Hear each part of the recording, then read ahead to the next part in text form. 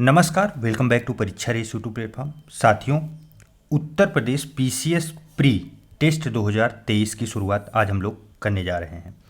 देखिए, इस चैनल पे मौजूद सभी भी प्रिय दर्शक जो कि हमारे समीक्षा अधिकारी की तैयारी भी कर रहे हैं और बीईओ की तैयारी कर रहे हैं, वो लोग भी इस वीडियो को बहुत ध्यान से देखें, क्योंकि उनको लग रहा होगा कि ये पीसीएस की परीक्षा के लिए टेस्ट पेपर है। तो ऐसा नहीं है, क्योंकि एक ही आयोग बना रहा है और एक ही आयोग से अगर प्रश्न बनेंगे तो तीनों चूंकि अधिकारी पोस्ट की परीक्षाएं हैं, चाहे वो बीईओ हो, चाहे आरओ हो या हो पीसीएस, तो तीनों में कहीं न कहीं क्वेश्चन के लेवल लगभग समान ही देखने को मिलेंगे। तो इसी को देखते हुए हम लोग शुरू कर रहे हैं ध्येय आईएएस कोचिंग के द्वारा 2023 के लिए जो शुरू की गई है test series UP PCS pre के लिए, उसका पहला टेस्ट पेपर और पहले टेस्ट पेपर का पहला भाग। मतलब हम लोग एक टेस्ट पेपर में 150 प्रश्न रहते हैं, 50 प्रश्नों के एक भाग को अलग करेंगे, एक एक भाग करके डेली 50 प्रश्नों पे डिस्कशन करेंगे।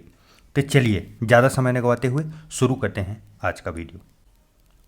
चलिए, पहला प्रश्न है, निम्नलिखित में से किस एक अनुच्छेद के अंतर्गत केंद्रीय प्रशासनिक अधिकरण के निर्णयों को भारत के सर्वोच्च न्यायालय में चुनौती दी जा सकती है? देखिए, केंद्रीय प्रशासनिक अधिकरण अर्थात क्या हुआ? Administrative tribunal. इसका एक्ट कब आया था? 1985 में, 1985 में। तो इसमें जो है सर्वोच्च न्यायालय को चुनौती दी जा सकती है कौन से अनुच्छेद के अंतर्गत? तो 323 का के अंतर्गत। कौन सा? 323 का। अच्छा, इसमें देखिए और भी कुछ अनुच्छेद दिए गए हैं, इन्हें भी देख लेते हैं हम लोग। 343 ग, यह क्या है? यह पंचायती राज है, पंचायती राज। और उसके बाद अनुच्छेद 343, ये क्या है? यह राजभाषा से संबंधित है। किससे? राजभाषा।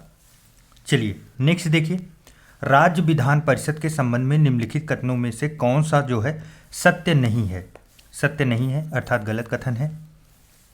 राज्य विधान परिषद के संबंध में यह एक अस्थायी सदन है, तो यह पूरी तरह से सही है। चाहे राज्य विधान परिषद आए, चाहे राज्यसभा आए, राज्यसभा, ये दोनों क्या होते हैं? अस्थायी होते हैं। इसके 2/3 सदस्य प्रत्येक दूसरे वर्ष की समाप्ति पर अवकाश ग्रहण कर लेते हैं। क्या ये सही है? नहीं, ये गलत है। क्यों 2/3 नहीं, 1/3 सदस्य? इसका कार्यकाल 6 वर्ष का होता है, यह भी सही है। और विधानसभा द्वारा संकल्प पारित करने के पश्चात संसद द्वारा इसे समाप्त किया जा सकता है, यह भी सही है। इसमें देखिए इंपॉर्टेंट ये है, विधानसभा, आप लोग ध्यान रखिए, विधानसभा जो है संकल्प पारित करता है, न कि संसद। आप लोग विशेष ध्यान दें, विधानसभा संकल्प पारित करेगा और संसद जो है उसे समाप्त करने के पूरी प्रक्रिया आगे की समाप्त करेगा।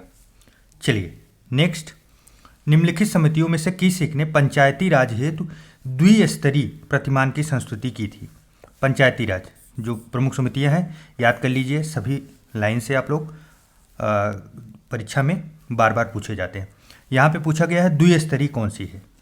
देखिए, पहले ऑप्शन में क्या लिखा है? बलवंत राय मेहता समिति। यह तो हमें पता है त्रिस्तरीय थी। कौन सी थी? यह त्रिस्तरीय थी, 3 स्तर पे बता रही थी। अच्छा, इसका गठन कब हुआ था? बलवंत राय मेहता समिति 1957 आप लोग याद रखिए। जो पूछा जा रहा है वो द्विस्तरीय, वो कौन सी थी? अशोक मेहता समिति थी। और इसका गठन कब हुआ था? तो 1977 में, 1977। महत्वपूर्ण है, क्रम भी पूछा गया है कई बार, आप लोग पढ़ लीजिएगा जरूर से।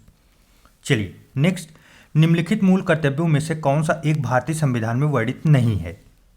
मूल कर्तव्य कौन से भाग में है? संविधान के भाग जो है भाग 4A में। आर्टिकल की बात की जाए तो अनुच्छेद 51A में, अर्थात 51 क में है। और टोटल कितने हैं? टोटल 11 मूल कर्तव्य हैं। कितने? टोटल 11 हैं। महत्वपूर्ण रखिएगा, याद रखिएगा, ध्यान रखिएगा, कई बार पूछा भी गया है। और 42वें संविधान संशोधन 1976 आप लोग याद रखिए, 42वां संशोधन, 42वां संविधान संशोधन जो है 1976 के द्वारा यह जोड़ा गया था। अब इसमें पूछा जा रहा है कि 11 में से कौन सा एक नहीं है? तो देखिए, सार्वजनिक संपत्ति की रक्षा करना एवं हिंसा से त्याग करना, यह सही है, यह इसमें था। अल्पसंख्यकों की रक्षा करना, अल्पसंख्यकों के लिए रक्षा करना, कोई ऐसा प्रावधान इसमें नहीं समाहित है, तो सही जवाब हम लोगों का ऑप्शन नंबर बी होगा। इसके सिवा भी देख लीजिए, राष्ट्रीय संग्राम को प्रेरित करने वाले उच्च आदर्शों का आह्वान एवं पालन करना, यह भी था। और आह्वान किए जाने पर राष्ट्र की सेवा करना, यह भी इसमें समाहित है। चलिए नेक्स्ट, प्रोटेम स्पीकर, महत्वपूर्ण है। प्रोटेम स्पीकर के संबंध में निम्नलिखित कथनों में से कौन से सत्य हैं या कौन से असत्य हैं बताना है। देखिए, नवनिर्वाचित लोकसभा के वरिष्ठतम सदस्य, महत्वपूर्ण लाइन है, आप लोग ध्यान रखिएगा, वरिष्ठतम सदस्य को जो है एक को सामान्यतः प्रोटेम स्पीकर नियुक्त किया जाता है, जो वरिष्ठतम होते हैं उसमें से एक को, और प्रोटेम स्पीकर नवनिर्वाचित सदस्यों को शपथ दिलाता है। अर्थात जो जो नए नए लोग आए हैं, सभी लोग, चूँकि नया सत्र शुरू होने वाला है, नया चुनाव होकर सभी लोग आए हैं, तो सबको जो है शपथ दिलाने का कार्य करता है। तो ये पूरी तरह से सही है, दोनों सही है, प्रीवियस ईयर का प्रश्न है। चलिए नेक्स्ट, किस अनुच्छेद के अंतर्गत यह विशेष उपबंध किया गया है कि गोवा राज्य की विधानसभा में कम से कम 30 सदस्य होंगे? कम से कम 30 सदस्य होंगे गोवा में। देखिए, जो स्पेशल प्रोविजंस दिए गए हैं, खास करके अनुच्छेद देखिए, अनुच्छेद 370 और 371 के अंतर्गत जो है ये विशेष शक्तियाँ दी गई, विशेष उपबंध बनाए गए हैं। तो इन्हीं के बारे में पूछा गया है, प्रीवियस ईयर में पूछा भी गया था। अब इसमें पूछा जा रहा है कि गोवा के बारे में विशेष उपबंध कौन से आर्टिकल में दिया गया है। तो देखिए, गोवा के बारे में जो दिया गया है वो 371 आई है। तो सही जवाब तो इसका बन गया ऑप्शन नंबर डी। अब लेकिन और जो हैं उन्हें भी आप लोग देख लीजिए एक बार ध्यान से। देखिए, 371H ऑप्शन नंबर ए में जो दिया गया है, 371H, यह किससे संबंधित है? तो यह अरुणाचल प्रदेश से है, अरुणाचल। और उसके बाद देखिए नीचे जो है 371 दिया गया, 371 जो है यह किससे है? ये महाराष्ट्र से, महाराष्ट्र में विशेष उपबंध किया गया है।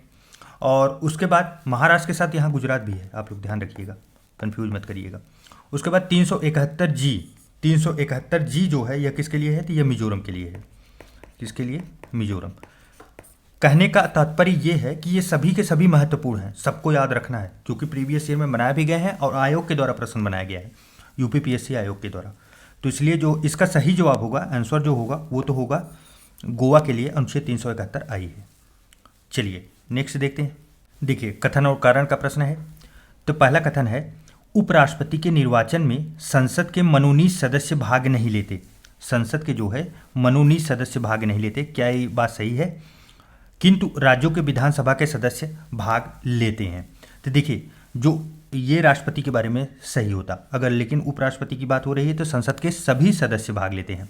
तो ये कथन तो पूरी तरह से गलत हो गया, और इसमें विधानसभा के भाग जो सदस्य होते हैं वो भाग ही नहीं लेते उपराष्ट्रपति के निर्वाचन में। मनोनीत सदस्य भाग लेते हैं, नहीं काट देंगे, तो ये सही हो जाएगा। उसके बाद नेक्स्ट है, राज्य विधान परिषद के सदस्य राष्ट्रपति या उपराष्ट्रपति के निर्वाचन में भाग नहीं लेते हैं। तो यह सही है। देखिए, आपको एक छोटा सा ट्रिक बता रहा हूँ, जब भी कथन और कारण का प्रश्न आए, आप अगर उसमें से एक भी गलत ढूंढ लिया ना तो आपका आंसर मिल गया। यहाँ पे देखिए, पहला ऑप्शन हम लोगों को गलत मिल गया, पहला मिल गया गलत, तो गलत देखिए एक ही जगह होगा, ए। देखिए ए गलत है, सिर्फ और सिर्फ ऑप्शन नंबर डी में दिखेगा कि ए गलत है। अगर यहीं आर भी गलत होता ना तो आर देखेंगे, आर सिर्फ एक ही जगह गलत मिलेगा। तो ऐसे मिलते ही आपका आंसर मिल गया। आप ज़्यादा टाइम वेस्ट ना करें, नेक्स्ट चलें।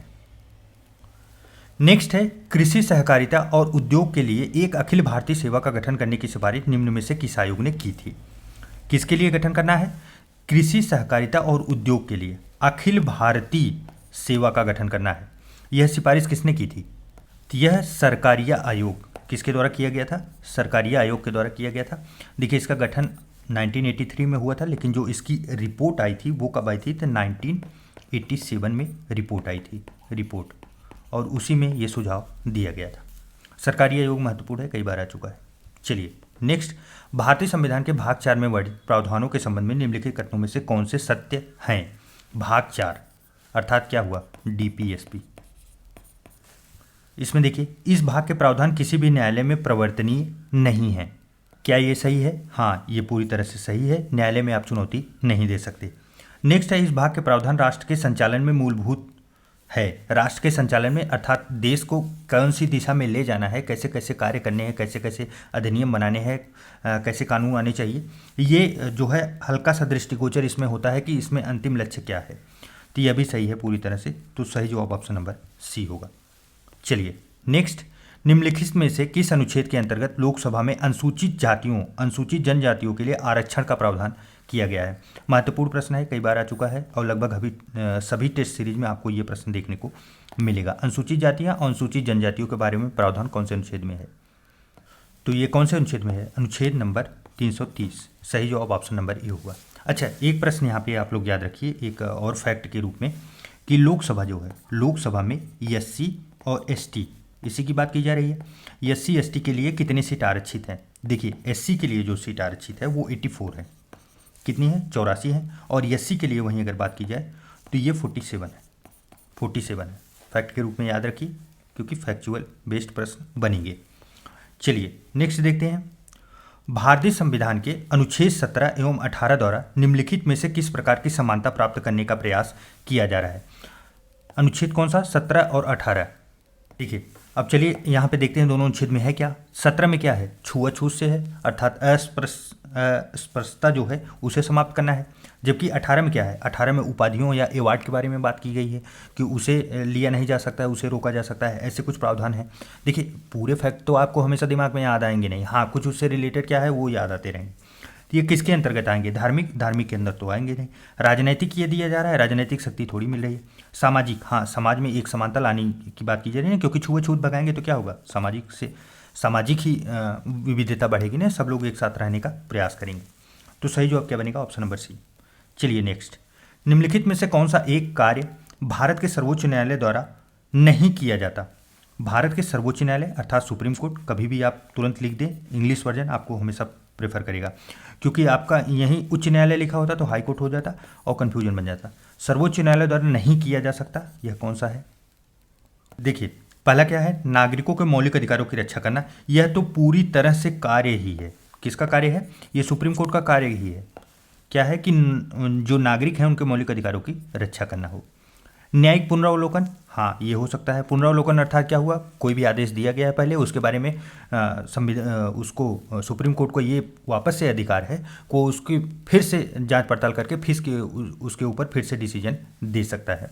पुनरावलोकन अर्थात उसे फिर से देख सकते हैं, समीक्षा कर सकते हैं। नेक्स्ट है दंडित कैदियों को क्षमादान करने की ऐसी कोई शक्ति है सुप्रीम कोर्ट के पास? नहीं है। Option number C. यह किसके पास है? यह राष्ट्रपति के पास है। राष्ट्रपति। राज्यों एवं केंद्र के मध्य उत्पन्न विवादों का निर्णय तो ये सुप्रीम कोर्ट में ही जाता है और कहीं नहीं जाएगा। चलिए नेक्स्ट, अनुच्छेद और प्रावधान इनको मैच कराना है। अनुच्छेद 320, पहला है 320। 320 क्या है? हम लोग किसकी तैयारी कर रहे हैं? लोक सेवा आयोग। लोक सेवा आयोग। उसके बाद फिर जो है अनुच्छेद 330। अनुच्छेद 330 में क्या है? 330 अभी ऊपर ही हम लोगों ने देखा, लोकसभा में अनुसूचित जाति और अनुसूचित जनजातियों के लिए आरक्षण की बात की गई है। 330 देखिए चौथे में जाके मिलेगा। और 323A, 323A क्या है? प्रशासनिक अधिकरण। पहला प्रश्न था, ये प्रशासनिक अधिकरण से होगा, प्रशासनिक अधिकरण। और उसके बाद 324 जो है वो निर्वाचन आयोग से है, अर्थात पहला बनेगा। तो जो हम लोगों का कोड बन रहा है वो क्या बन रहा है? 3421। 3421 किस में बन रहा है? 3421 ऑप्शन नंबर सी। सी सही होगा। चलिए नेक्स्ट, संसद के 2 सत्रों के बीच 6 माह से अधिक का अंतराल नहीं हो सकता, यह भारतीय संविधान के किस अनुच्छेद के अंतर्गत आता है? तो यह जो है किस आर्टिकल के अंतर्गत आएगा? अनुच्छेद जो है 85। ऑप्शन नंबर सी सही है। अच्छा, कौन करता है? राष्ट्रपति। राष्ट्रपति ही समाप्त भी करते हैं, अर्थात जो सत्रावसान होता है उसका भी करते हैं और आहूत भी करते हैं, बुलाते भी हैं। हाँ, बुलाने के लिए उन्हें जो है मंत्रिपरिषद की सलाह लेनी आवश्यक है। चलिए नेक्स्ट, राज्यसभा अनुच्छेद 312 के अंतर्गत अखिल भारतीय सेवाओं का सृजन कर सकती है। 312 ये महत्वपूर्ण है और आपको यह भी जान के महत्वपूर्ण जानना चाहिए ये कि ये राज्यसभा का क्या है? स्पेशल पावर है। स्पेशल पावर, यह भी कई बार प्रश्न बन चुका है। स्पेशल पावर राज्यसभा और लोकसभा में जब कंपेयर किया जाता है कि अलग क्या शक्तियाँ हैं, तो राज्यसभा के पास ये एक स्पेशल पावर है कि 312 के अंतर्गत वो क्या होगा? अखिल भारतीय सेवा का सृजन कर सकता है। तो वो कैसे होगा? 1/3 बहुमत से, या साधारण बहुमत से, या 2/3 बहुमत से? तो सही जवाब होगा ऑप्शन नंबर सी, 2/3 बहुमत के द्वारा वो जो है अखिल भारतीय सेवा का सृजन कर सकता है। चलिए नेक्स्ट देखते हैं, निम्नलिखित में से किस पदाधिकारी को हटाने में संसद की भूमिका नहीं होती? संसद की भूमिका महत्वपूर्ण है, याद रखिए, भूमिका नहीं होती अर्थात संसद की आवश्यकता नहीं होती। देखिए, पहला है उच्चतम न्यायालय के न्यायाधीश को हटाना। उच्चतम न्यायालय के न्यायाधीश को हटाना अर्थात उच्चतम न्यायालय सुप्रीम कोर्ट के न्यायाधीश को हटाने के लिए संसद की आवश्यकता होती है, सही बात है। नेक्स्ट है राज्य निर्वाचन आयुक्त को हटाना, राज्य के निर्वाचन आयुक्त को हटाना। देखिए राज्य के निर्वाचन जो आयुक्त होते हैं ये इनको समानता कैसी दी गई है, इनको हाई कोर्ट के जो जज होते हैं उनके समानता दी गई है, अर्थात ये कैसे हटेंगे, राष्ट्रपति के द्वारा ही हटेंगे, संसद के द्वारा। उसके बाद महान्यायवादी को हटाना, हाँ ये महत्वपूर्ण है, ऑप्शन नंबर सी। क्यों? क्योंकि ये राष्ट्रपति के प्रसाद पर्यंत रहते हैं। राष्ट्रपति जब तक चाहे इन्हें नियुक्त किए रख सकता है, जब भी चाहे उन्हें हटा सकता है। लोकपाल के सभापति एवं सदस्यों को हटाना, तो ये भी जो है संसद की आवश्यकता इसमें भी पड़ेगी, सिर्फ महान्यायवादी के बारे में नहीं पड़ेगी। अच्छा, महान्यायवादी का जो आर्टिकल है वो कौन सा है, आप लोग बताइए जल्दी। 76 कई बार पूछा जा चुका है, अनुच्छेद 76 के अंतर्गत आते हैं। चलिए नेक्स्ट, निम्नलिखित कथनों पर विचार कीजिए। पेशवा बाजीराव द्वितीय वेलेजली की सहायक संधि को स्वीकार करने वाला प्रथम मराठा सरदार था। तो क्या ये सही है पहला कथन? हाँ, यह पूरी तरह से सही है। चलिए नेक्स्ट है सुगौली की संधि। सुगौली की संधि का संबंध जो है आंग्ल अफगान युद्ध से है। तो क्या ये सही है? नहीं, ये गलत है। आंग्ल अफगान युद्ध न होके आंग्ल नेपाल युद्ध था। अच्छा, आंग्ल नेपाल युद्ध हुआ कब था? तो ये 1814 से लेके 1816 तक हुआ था, 14 से 16 के बीच में हुआ था। और यह युद्ध जो है समाप्त होता है सुगौली की संधि के द्वारा ही समाप्त होता है। तो यह तो कथन गलत निकला। नेक्स्ट है सिक्किम का भारत में विलय लॉर्ड डलहौजी ने किया था। तो हाँ, ये लॉर्ड डलहौजी ने किया था, तो यह भी सही है। तो सही होगा 1 और 3, ऑप्शन नंबर ए। चलिए नेक्स्ट, पत्र पत्रिकाएं दिया गया है और पूछा गया है कौन इसमें से सुमेलित नहीं है। तो बताइए इसमें से कौन सा गलत है। देखिए पहला है बहिष्कृत भारत, महात्मा गांधी। क्या ये महात्मा गांधी की थी? नहीं, यही गलत है। यही हम लोगों का आंसर भी बनेगा। ये महात्मा गांधी ना होके किसका है? यह अंबेडकर जी का है। किसका? अंबेडकर। कौन से वर्ष में ये प्रकाशित हुई थी? तो ये 1927 में प्रकाशित हुई थी। बाकी देखिए दैनिक आज ये शिव प्रसाद गुप्ता जी की है, और स्वदेश वाहिनी के रामकृष्ण पिल्ले की, और न्यू इंडिया इनोवेशन की। महत्वपूर्ण है सभी पुस्तकें या पत्रिकाएं, आप लोग याद रखिएगा। चलिए नेक्स्ट, वर्ष 1902 में टॉमस रैले की अध्यक्षता में एक विश्वविद्यालय आयोग गठित किया गया, जिसमें भारतीय सदस्य के रूप में सम्मिलित थे। कौन कौन थे? देखिए 2-3 फैक्ट यहाँ महत्वपूर्ण है। 1902 में हुआ था, टॉमस रैले ने किया था, अध्यक्षता में जो है एक विश्वविद्यालय आयोग गठित किया गया था। अब उसके बाद 2 फैक्ट इसमें और पूछे जा रहे हैं कि इसमें कौन कौन थे। तो देखिए जो इसमें समाहित थे वो सैयद हुसैन बिलग्रामी थे और जस्टिस गुरुदास बनर्जी थे। तो सही जवाब ऑप्शन नंबर सी होगा। अच्छा, इसका कार्य क्या था? उद्देश्य इसका ये था कि विश्वविद्यालयों की स्थिति की समीक्षा करना, क्या स्थिति में है उसकी समीक्षा करना, तथा उसकी कार्य क्षमता के संबंध में सुझाव देने के लिए ये आयोग बनाया गया था। चलिए नेक्स्ट, निम्नलिखित में से किस अधिनियम द्वारा 7 वर्ष से कम उम्र के बच्चों के कारखानों में काम करने पर प्रतिबंध आरोपित किया गया? 7 वर्ष, आप समझ रहे हैं अंग्रेजों का कैसा कैसा दिन देखा है, उन्होंने दिखाया है भारत को। आप ये सोचिए 7 वर्ष, आप समझ रहे हैं 7 वर्ष का बच्चा कितना छोटा होता है। 7 वर्ष के बच्चे के ऊपर प्रतिबंध, मतलब कानून बन भी रहा है ना, तो इतना छोटा कि मुझे तो लगता है 5 वर्ष या 4 वर्ष रख देना चाहिए, 2 वर्ष रख देना चाहिए था। भाई कम से कम जो डोलने लायक नहीं है वही काम नहीं करेगा, बाकी सब तो काम ही करेंगे। इतना ज़्यादा मतलब क्रूर शासक थे वो, आप समझ सकते हैं। तो ये जो है उम्र के बच्चों के कारखानों पर काम करने पर प्रतिबंध आरोपित किया गया। तो यह कब हो गया था? तो ये 1881 में, 1881 ईस्वी में कारखाना अधिनियम जो आया था उसमें ये किया गया था। चलिए नेक्स्ट, देखिए जिसको स्पीड ज़्यादा लग रही हो ना तो वो थोड़ा रोक के देख सकता है, आसानी से सॉल्व करके तब आगे चल सकता है। चलिए नेक्स्ट है उदासी संप्रदाय की स्थापना निम्न में से किस संत ने की थी? तो उदासी संप्रदाय की स्थापना किसके द्वारा की गई थी? श्रीचंद के द्वारा की गई थी। सही जवाब ऑप्शन नंबर ए होगा। अच्छा, ये श्रीचंद थे कौन? यह पुत्र थे किसके? गुरु नानक के। अच्छा, गुरु नानक जी ने इन्हें जो है अपना उत्तराधिकारी नहीं नियुक्त किया था। वो जो उत्तराधिकारी बनाए थे वो किसको बनाए थे? कि वो लहना को, किसको? लहना नाम से एक उनका शिष्य था, इसे ही उन्होंने उत्तराधिकारी बनाया था, जबकि उनके पुत्र श्रीचंद थे और श्रीचंद ने उदासी संप्रदाय की स्थापना की थी। चलिए नेक्स्ट, निम्नलिखित में से किस संस्था का पूर्व नाम अखिल भारतीय अस्पृश्यता विरोधी लीग था? अखिल भारतीय अस्पृश्यता विरोधी लीग। तो बताइए यह किसका था? यह था हरिजन सेवक संघ का, पहले का नाम। हरिजन सेवक संघ स्थापना कौन करते हैं? गांधी जी। अर्थात दोनों के संस्थापक कौन हुए? गांधी जी हुए। आप लोग ध्यान रखिए, अखिल भारतीय अस्पृश्यता विरोधी लीग अगर कहीं पूछा जाए तब भी गांधी जी, और हरिजन सेवक संघ कहीं आता है तो वह भी गांधी जी। स्थापना कब करते हैं? 1932 में, 1932 में स्थापना ये करते हैं। अच्छा, यहाँ पे कुछ और चीज़ें दी गई हैं। आत्मसम्मान आंदोलन, आत्मसम्मान आंदोलन यह किससे संबंधित है? तो ईवी रामास्वामी। कौन थे?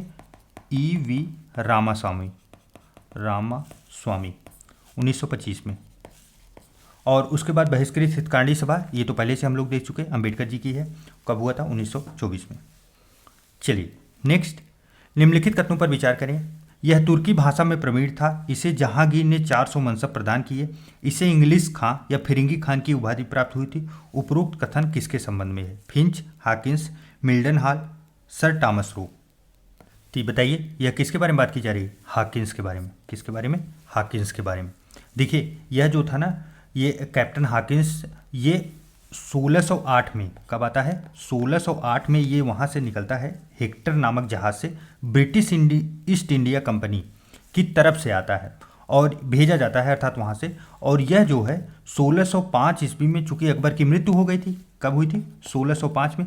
और इसे पता नहीं रहता है, ये अकबर के नाम पत्र लेके आता है और यह जो है मिलता है किससे? जहांगीर से। जहांगीर से ये मिलता है और जहांगीर ही जो है इसे बाकी सब पदवियाँ, इंग्लिश खां, फिरंगी खान की उपाधि भी देते हैं। और जो है अकबर के नाम ये पत्र जो लेके आता है वो फारसी भाषा में लेके आता है। यह भी महत्वपूर्ण है, आप लोग ध्यान रखिए, क्योंकि अंग्रेज है, अंग्रेज जो है अगर फारसी भाषा में कोई पत्र लेके आ रहा है तो वह भी महत्वपूर्ण है, इसीलिए ये प्रश्न बनता है। चलिए नेक्स्ट, निम्नलिखित में से किसी एक गवर्नर को भारत में अंग्रेजी साम्राज्य का अग्रगामी कहा जाता है? अंग्रेजी साम्राज्य का अग्रगामी तो किसे कहा जाता है? रॉबर्ट क्लाइव को। रॉबर्ट क्लाइव को। अच्छा, एक चीज़ और इसके बारे में जान लीजिए कि इसे ब्रिटिश साम्राज्य का संस्थापक भी कहा जाता है। संस्थापक किसका? ब्रिटिश साम्राज्य का, रॉबर्ट क्लाइव को ही। चलिए नेक्स्ट, संगठन दिए गए हैं और संस्थापक दिए गए हैं, मैच कराइए। देखिए पहला है इंडिया होम रूल सोसाइटी, यह किसके द्वारा स्थापित की गई थी? श्याम जी कृष्ण वर्मा, पहला मैच है। दूसरा पेरिस इंडिया सोसाइटी, यह किसके द्वारा थी? तो यह मैडम कामा के द्वारा थी, यह भी मैच है। तीसरा है यूनाइटेड इंडिया हाउस, तारकनाथ दास जो थे, यह भी मैच है। और चौथा जो है Hind association of America, Sohan Singh Bhakna के द्वारा किया गया था, यह भी मैच है। तो सही जवाब क्या बनेगा? ये 1 2 3 4, सही जवाब ऑप्शन नंबर ए। सभी को आप लोग याद रखिएगा जरूर से जरूर, क्योंकि ऐसे प्रश्न मैच द फॉलोइंग में यूपीपीएससी आयोग बहुत बनाती है। चलिए नेक्स्ट, कथनों वाले प्रश्न। चार्ल्स मेटकाप को समाचार पत्रों का मुक्तिदाता कहा जाता है, क्या ये सही है? हाँ, यह पूरी तरह से सही है। नेक्स्ट है, मेटकाप ने liberation of the Indian act, press act जो है लागू करवाया था, तो क्या यह भी सही है? हाँ, यह भी सही है। तो क्या होगा? दोनों सही है। क्या दोनों जो है कथन और कारण हैं? तो देखिए हाँ, मेटकाप ने liberation of the Indian act, press act जो है वह लागू करवाया था, इसीलिए जो है चार्ल्स मेटकाप को समाचार पत्रों का मुक्तिदाता कहा जाता है। तो सही जवाब क्या बनेगा? Option number A. चलिए नेक्स्ट, निम्नलिखित में से किन्हें भारतीय पुनर्जागरण का पिता और भारतीय राष्ट्रवाद का जनक कहा जाता है? कई बार आ चुका है, पुनर्जागरण का पिता। तो सही जवाब क्या होगा? सही जवाब राजा राम मोहन राय। ऑप्शन बनाने वाले ने गलती कर दी, यहाँ लाला लाजपत राय भी लिखना चाहिए था, तब कन्फ्यूजन ज़्यादा बनता। चलिए नेक्स्ट, संगम साहित्य में कावेरी पत्तनम का संबंध किससे है? बताइए, कावेरी पत्तनम यह किससे संबंधित है? तो ये चोल शासकों से संबंधित है, चोलों से संबंधित है कावेरी पत्तनम।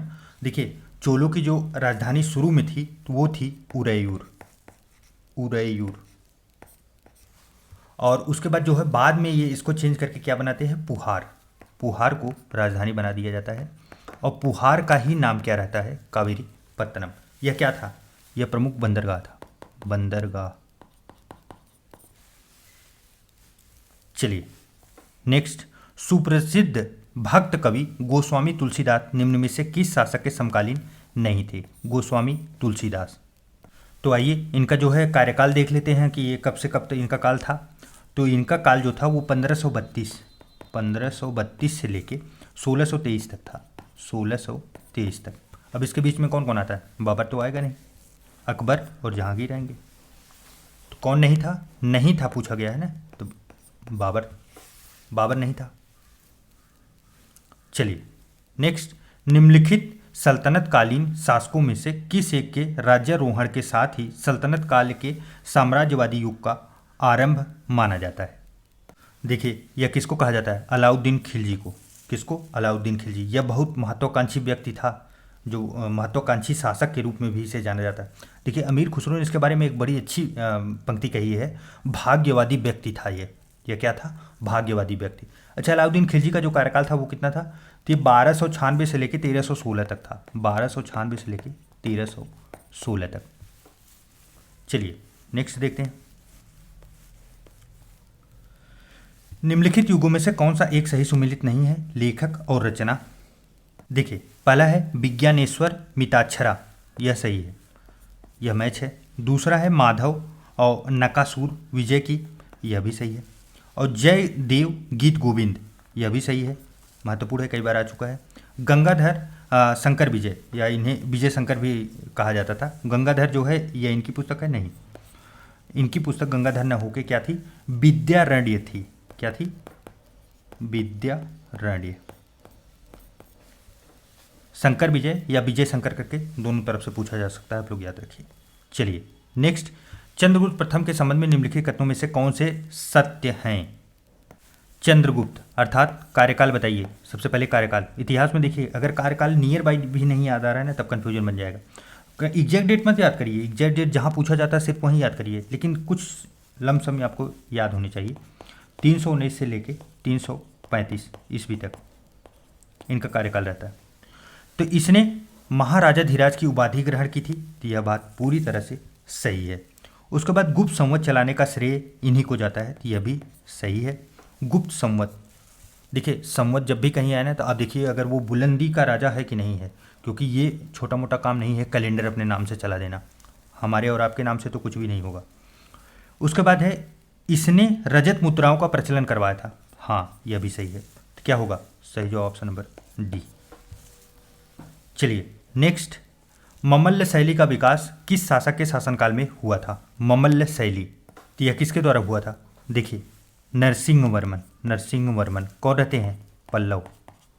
पल्लव नरेश कहा जाता है इन्हें, पल्लव नरेश। इन्होंने ही ममल्ल शैली का विकास किया था। अच्छा, इन्हें जो है ना ममल्ल नरेश भी कहा जाता है। इन्होंने ममल्ल का जो है उपाधि धारण की थी। ममल्ल की उपाधि धारण करने की वजह से जो है यह शैली काफ़ी प्रख्यात हुई थी नरसिंहवर्मन के द्वारा। चलिए नेक्स्ट, तैमूर के भारत आक्रमण के समय दिल्ली का शासक कौन था? महत्वपूर्ण है तैमूर। तो यह आक्रमण कब किया था? सन बताइए। 1398। 1398। 1398 में कौन सा दिल्ली सल्तनत में जो है किसका शासन चल रहा था बताइए? तो ये चल रहा था नसीरुद्दीन महमूद का। नसीरुद्दीन महमूद ये क्या थे, मतलब कौन सा वंश था इनका? तुगलक वंश। तुगलक वंश। देखिए आपका अगर कहीं भी प्रश्न गलत हो रहा है तो आप उस टॉपिक को कहीं ना कहीं पेज पे लिख लीजिए, स्क्रीनशॉट ले लीजिए, फिर उस टॉपिक को जाइए अच्छे से डिटेल में पढ़िए, तब आपका कन्फ्यूजन क्लियर होगा। और जो प्रश्न आपको लगता है एकदम हवा में निकल गए, वहाँ पे उस चैप्टर को तो और अच्छे से पढ़ना है आपको, क्योंकि आपको समझ में नहीं आया कि ये निकल कहाँ से गया। निम्नलिखित युद्धों को उनके कालक्रमानुसार व्यवस्थित कीजिए। दोहरिया का युद्ध, सरेपुल का युद्ध, खानवा का युद्ध और चौसा का युद्ध। देखिए सबसे पहले देख लेते हैं कौन कौन से युद्ध कब कब हुए थे। तो दोहरिया का युद्ध यह कब हुआ था? दोहरिया 1532 में। उसके बाद देखिए सरेपुल का युद्ध, क्या है सरेपुल, यह कब हुआ था? 1501 में। 1501 में। और उसके बाद फिर क्या है? खानवा का युद्ध। खानवा का युद्ध महत्वपूर्ण है 1527 में। और उसके बाद चौसा का युद्ध। चौसा का युद्ध कब हुआ था? तो 1539 में। 1539 में। अब कालक्रम में आप लोग मिलाइए। देखिए अब अगर इसको कूट में मिलाएं तो सबसे पहले क्या बनेगा? तो देखिए कूट में सबसे पहले 1501 आएगा अर्थात 2, उसके बाद फिर 27 आएगा अर्थात 3, ये 1527। उसके बाद फिर 1532 आएगा दोहरिया का युद्ध अर्थात 1, और उसके बाद चौसा का युद्ध जो है वो लास्ट में आएगा 4। तो क्या बन रहा है? 2314। 2314 सही जो ऑप्शन नंबर सी। चलिए नेक्स्ट, लोदियों का राजस्व सिद्धांत आधारित था। लोदियों का जो राजस्व सिद्धांत था किस पर आधारित था? देखिए सबसे पहले ये देखिए लोदी थे कहाँ से? लोदी कहाँ थे? तो यह क्या थे? ये अफगान के थे। कहाँ के? अफगान। जब ये अफगान के थे तो इनका क्या होगा? अफगान सरदारों की समानता पर विशेष ध्यान होगा। तो ये इनका राजस्व जो सिद्धांत था वो किस पे था? तो अफगान सरदारों की समानता पर था। अच्छा, एक चीज़ और इन महत्वपूर्ण याद रखिए इनके बारे में। ये जो सुल्तान है ना, सुल्तान को अफ़गानों का मतलब अपने लोगों में से या अफ़गानों के बीच का सरदार मानते थे। ये सरदार मानते थे। जैसे वो होता नहीं कि कोई जनजाति हो या वो लोग हों तो इकट्ठा रहते हैं, उसमें से एक सरदार माना जाता है, तो राजा को ये सरदार मानते थे। चलिए नेक्स्ट स्टेटमेंट वाला फिर प्रश्न आ गया। देखिए, पहला कथन है सैंधव सभ्यता आद्य ऐतिहासिक काल की सभ्यता है। सैंधव सभ्यता अर्थात इंडस वैली सिविलाइजेशन, क्या ये आद्य ऐतिहासिक है? हाँ, इसके बारे में हमें ज्ञात है, इसलिए यह आद्य ऐतिहासिक है। इस सभ्यता में लेखन कला का ज्ञान है किंतु उसे पढ़ा नहीं जा सकता। तो यह हम लोग पढ़े हैं कि जो है सिंधु सभ्यता के बारे में जो लेख हमें मिले हैं उसको हम लोग अभी तक पढ़ नहीं पाए हैं। तो सही जवाब क्या होगा? ऑप्शन नंबर ए होगा। क्यों? क्योंकि आद्य ऐतिहासिक सभ्यता तो है लेकिन इतना भी नहीं है कि उसे हम आसानी से पढ़ सकें, अर्थात दोनों कथन कारण जो है ये एक दूसरे को डिफाइन कर रहे हैं। चलिए नेक्स्ट, निम्नलिखित कथनों पर विचार कीजिए। बौद्ध साहित्य को त्रिपिटक कहा जाता है, तो क्या ये सही है? हाँ, त्रिपिटक कहा जाता था बौद्ध हिंदी साहित्य को, तो यह तो सही है। आगे चलिए। जैन साहित्य को आगम कहा जाता था, क्या ये सही है? हाँ, यह भी सही है। भगवान बुद्ध शाक्य वंश से संबंधित थे, तो यह भी सही है। भारत में जैन धर्म के प्रथम तीर्थकर ऋषभदेव थे, हाँ यह भी सही है। अब पूछा क्या जा रहा है, उपरोक्त कथनों में से कौन सा असत्य है, कौन सा जो है गलत है, ये पूछा जा रहा है। तो इसमें से गलत तो हमें कोई नहीं मिला, क्या होगा? इनमें से कोई नहीं। चलिए नेक्स्ट, वाराणसी में हिंदू कानून एवं दर्शन हेतु वर्ष 1791 में एक संस्कृत कॉलेज की स्थापना किसके द्वारा की गई थी? संस्कृत कॉलेज की स्थापना, तो यह किसके द्वारा की गई थी? जोनाथन डंकन के द्वारा।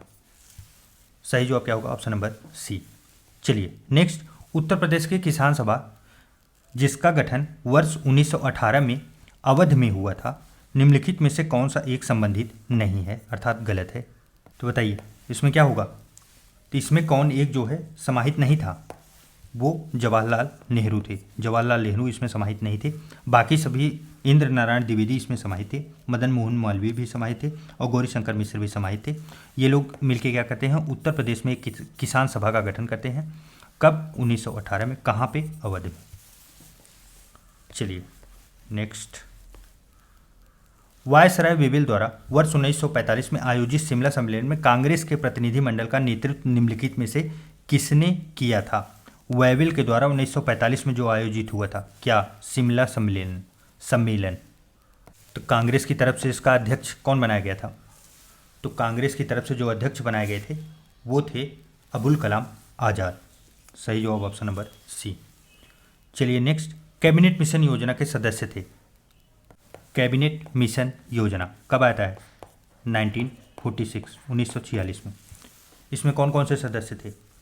तो lord Pethick Lawrence, sir Stafford Cripps और एवी अलेक्जेंडर, ये तीन के तीनों लोग इसमें समाहित थे। तो सही जवाब ऑप्शन नंबर ए होगा।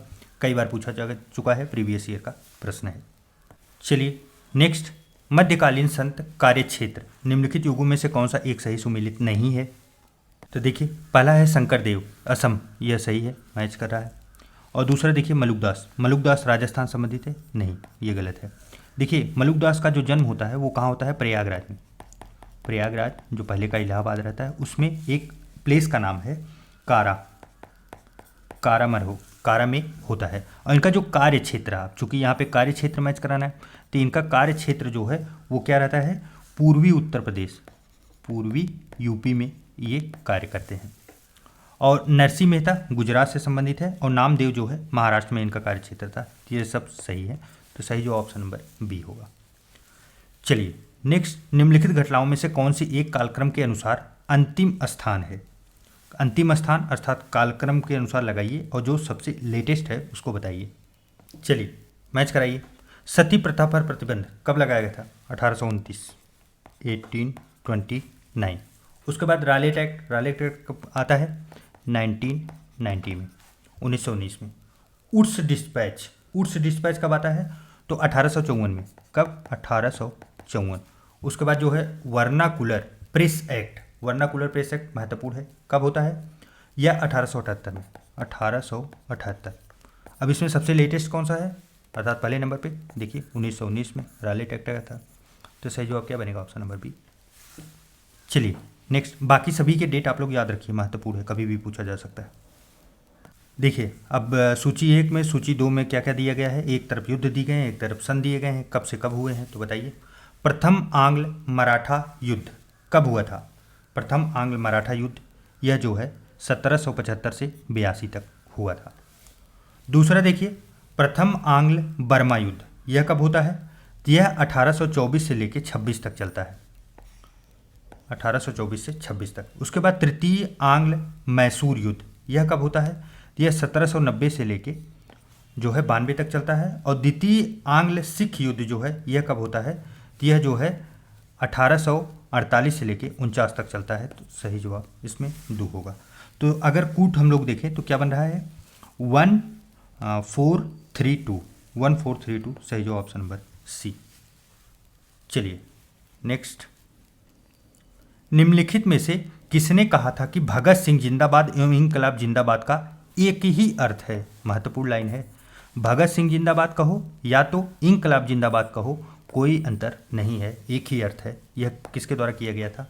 यह सुभाष चंद्र बोस के द्वारा कहा गया था। महत्वपूर्ण है, इंपॉर्टेंट है, याद रखिए क्योंकि बड़ी शख्सियत है।